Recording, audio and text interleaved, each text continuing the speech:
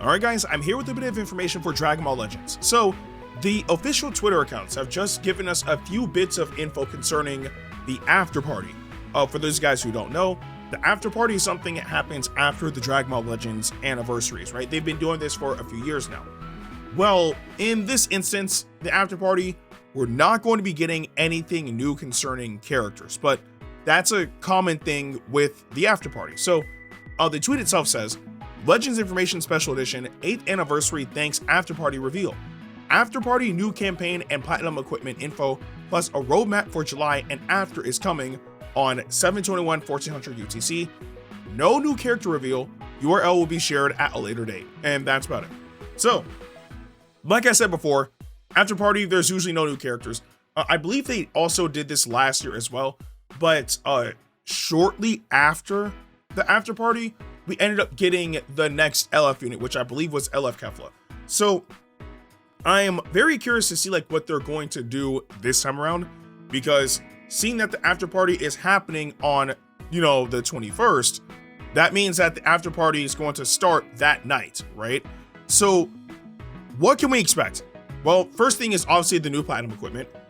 Now, granted, right, even though the newest unit we got in the game is Goku and Vegeta, I don't think that the new platinum equipment is going to be anything in relation to Majin Buu Saga Z. It could, right? And if it was Majin Buu Saga Z related, it would be Majin Vegeta, which, oh boy. If it's him, that's gonna be fun. But I don't think it's gonna be him. A lot of people are saying that it's probably gonna be a Fusion Warrior unit, right? Which that's also a possibility for sure. If it were to be a Fusion Warrior unit, it would probably either be obviously the original, like purple Ultra Gogeta Blue.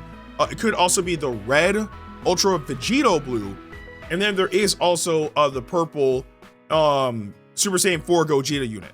So those would be like the options that I could see, especially because for 2/3 of the anniversary, it was Fusion Warrior, right? Part 1 was Gogeta, part 2 was Shallot. So giving us a Fusion Warrior would kind of still fit that mold, because one, a lot of Fusion Warrior units were released during the anniversary, and two, they're still Saiyans. And for every part of the anniversary, there was a pure Saiyan on there, right? So it would fit. It definitely would. I'm more so curious to see like what would happen if we ended up getting either Gogeta or Vegito like Blue, like only because again, part 1 was Gogeta Blue, so getting the purple Gogeta Blue to get a equipment would be interesting, right? Granted, they would obviously both synergize very, very well, especially with their unique gauges, but also with Ultra Vegito Blue, that would be slightly more interesting, only because of the fact that he would have to get such a solid buff that he would be able to work alongside or be able to replace the new, you know, Fusion Warrior Ultra unit, right? So, which is obviously the red Ultra Gogeta Blue.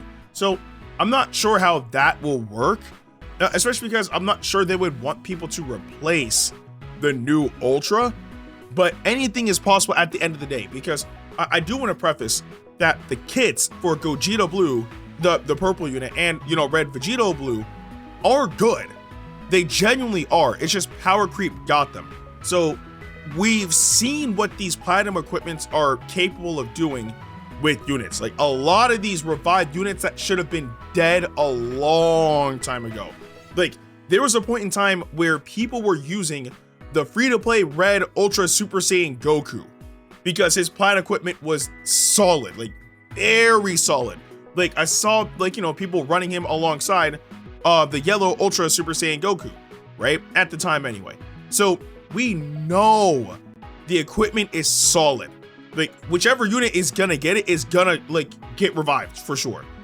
It just depends on who and how much of a boost they're going to be getting from said equipment. But we're gonna be finding out those details in a few short days. But also, it says a new campaign, which, I mean, I don't know what the campaign they're gonna be like, you know, promoting is gonna be, apart from obviously Afterparty itself. I'm more so stuck on the fact that we are almost 3 weeks into July and we haven't gotten a story mode update yet. And the reason why that shocks me so much is because during the anniversary, they were hyping up the climax of the story, obviously hinting story mode is about to end, right? Like the story's been going on for, at this point now, over 8 years. Lots of moments have happened within the story, but this month we haven't gotten a single story update at all.